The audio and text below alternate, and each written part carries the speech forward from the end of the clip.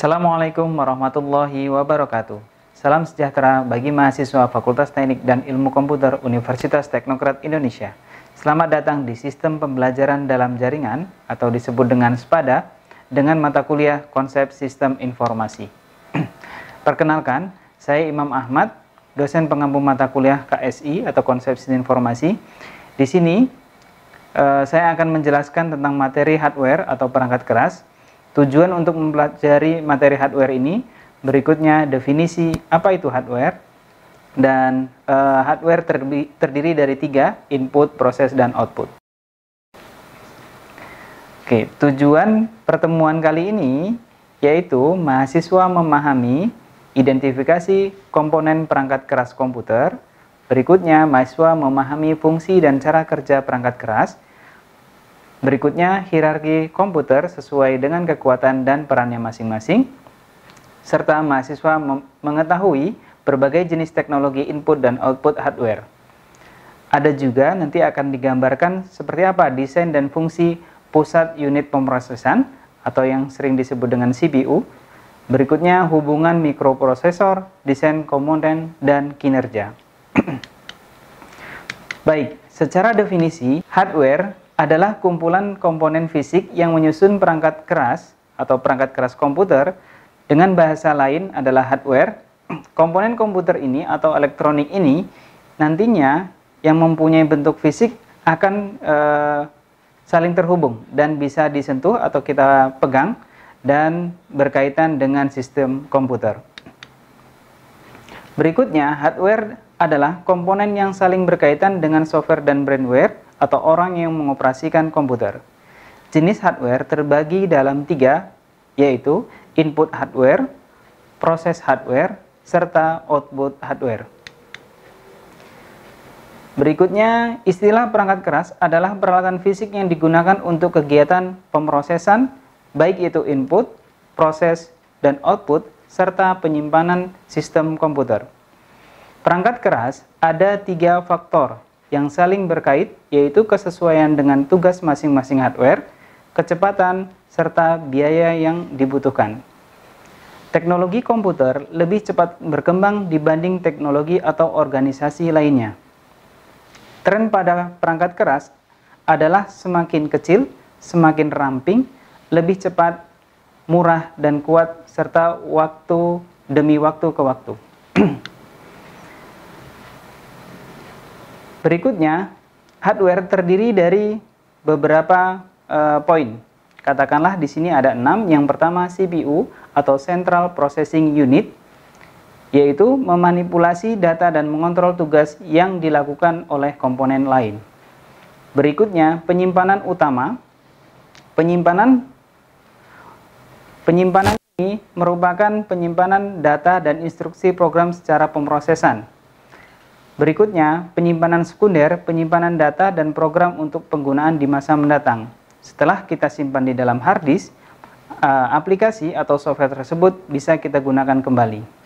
Berikutnya, masukan teknologi, yaitu menerima data dan instruksi, serta mengkonversinya menjadi bentuk yang bisa dimengerti oleh program komputer. Teknologi keluaran, atau sebutannya output, merupakan data dan informasi dalam bentuk yang dapat dipahami oleh orang lain. Setelah aplikasi tersebut atau software tersebut dikelola menggunakan pemrosesan dalam bentuk hardware. Berikutnya, teknologi komunikasi menyediakan arus data dari komputer jaringan, misalnya internet atau intranet, ke CPU dan dari CPU ke komputer jaringan. Ini gambaran secara visual bagaimana mikroprosesor digambarkan. Terdiri dari input, berikutnya dimasukkan ke dalam mikroprosesor. Di sana ada register, control unit, arithmetic logic, dan nantinya akan disimpan secara sementara di dalam RAM. Dan ketika itu sudah selesai pengerjaannya akan disimpan dalam secondary storage, atau sebutannya yang dalam hari-hari yaitu seperti flash disk atau hard disk. Nah, ketika data tersebut dibutuhkan kembali, kita bisa gunakan dan nantinya bisa di print atau ditampilkan dalam display maupun dalam bentuk hard copy. Berikutnya bagaimana prosesor bekerja. Di sini ada inputan dari perintah software. Berikutnya akan diterima instruksi tersebut di control unit. Berikutnya di dekode instruksi tersebut nantinya akan diarithmetic oleh logic dan dieksekusi serta nanti akan disimpan di dalam storage. Nah, penyimpanan terdiri dari dua. Ketika komputer tersebut belum dimatikan, maka program tersebut akan tersimpan secara sementara di dalam RAM atau Random Access Memory. Ketika sudah selesai dalam pengerjaannya, bisa kita simpan dalam ROM maupun dalam bentuk primary storage. Berikutnya ini kapasitas atau hierarki dari memori yang digunakan menggambarkan kapasitas memori sebagai berikut. Yang pertama, byte. Satuan dari byte adalah 8 bit ketika dikonversi dalam bentuk bit. Berikutnya, kilobyte berarti 1000. Kata kilo itu berarti 1000. Yang berarti dalam 1 kilobyte sekitar 1000 byte atau 1024 byte lebih tepatnya. Megabyte, kata mega berarti 1 juta, yaitu 1 megabyte terdiri dari 1 juta byte. Gigabyte yaitu 1 miliar.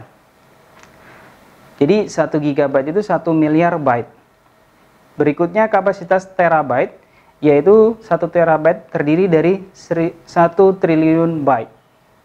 Berikutnya ada petabyte, exabyte, dan zettabyte.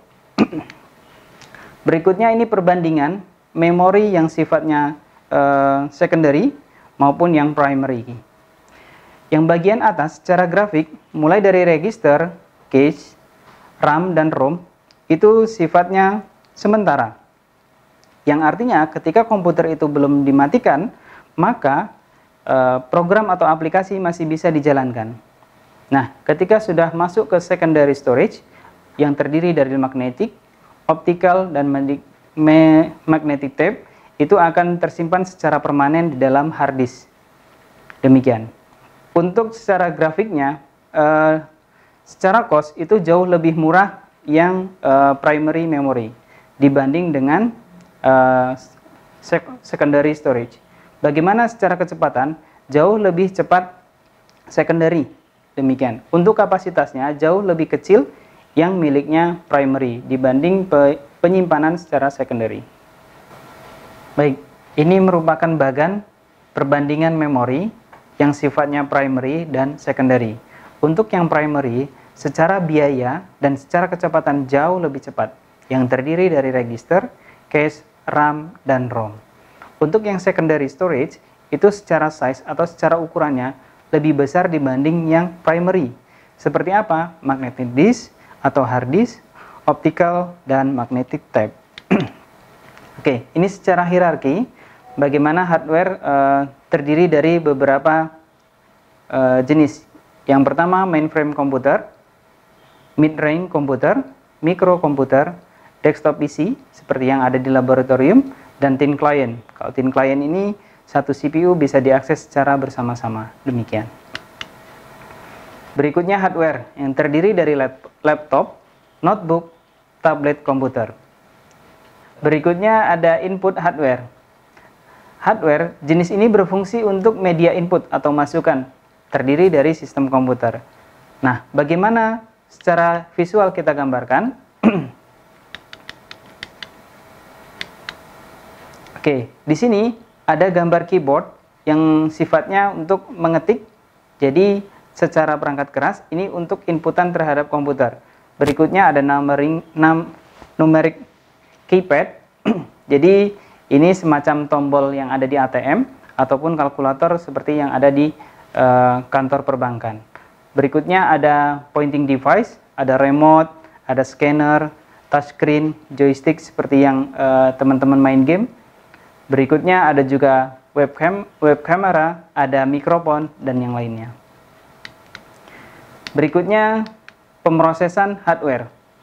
Jadi hardware ini untuk memproses data dalam sistem komputer. Dengan adanya media hardware ini, maka antar hardware dapat terhubung dan saling berkomunikasi. Bagaimana gambarnya?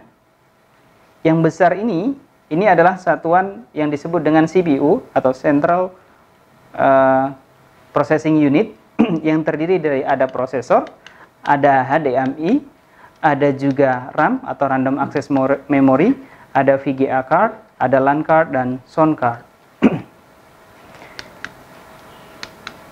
Baik, apa fungsi dari tiap-tiap hardware tersebut? Yang pertama, casing ini untuk melindungi. Jadi jika teman-teman tidak menggunakan casing, maka peralatan hardware tersebut akan mudah tercecer atau nanti ketika disimpan di dalam kosan, nanti akan digigit oleh tikus. Berikutnya, power supply. Ini adalah penyedia daya untuk menghidupkan semua perangkat hardware yang ada di dalam CPU. Berikutnya, motherboard. Ini adalah papan sirkuit utama sebagai penghubung antar komponen hardware lainnya. Nah, berikutnya prosesor. Ini adalah otak yang ada di dalam komputer atau pemrosesan utama. Berikutnya RAM, ini Random Access Memory yang menyimpan secara sementara ketika teman-teman mengetik di dalam Microsoft Word, nanti akan tersimpan secara sementara sebelum komputer itu dimatikan. Ketika komputer itu sudah dimatikan dan lembar kerja Anda disimpan, maka itu bisa diambil kembali, namun bukan di dalam RAM, melainkan di dalam secondary storage atau hard disk. Berikutnya ada hard disk drive. Ini yang tadi disimpan secara permanen. Berikutnya ada DVD atau CD-ROM. Ini media penyimpanan. Berikutnya ada keyboard atau papan ketik, mouse, webcam, mikrofon, dan yang lainnya. Berikutnya output hardware. Fungsi dari output hardware adalah mencetak dan menampilkan informasi, dan dari inputan data dari hardware kita bisa melaksanakan beberapa pemrosesan.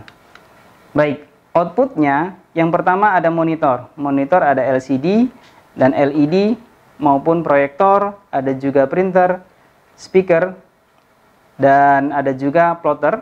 Ini seperti yang ada di percetakan. Baik, demikian tentang materi hardware kali ini. Ini sifatnya hanya pengenalan.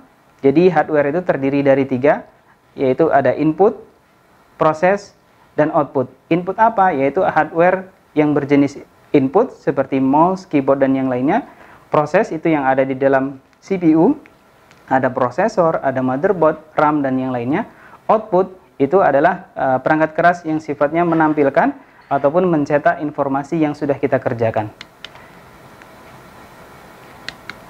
Baik, demikian untuk materi kali ini. Untuk dapat mengikuti mata kuliah ini, silahkan teman-teman mahasiswa dapat mengakses URL spada.teknokrat.ac.id.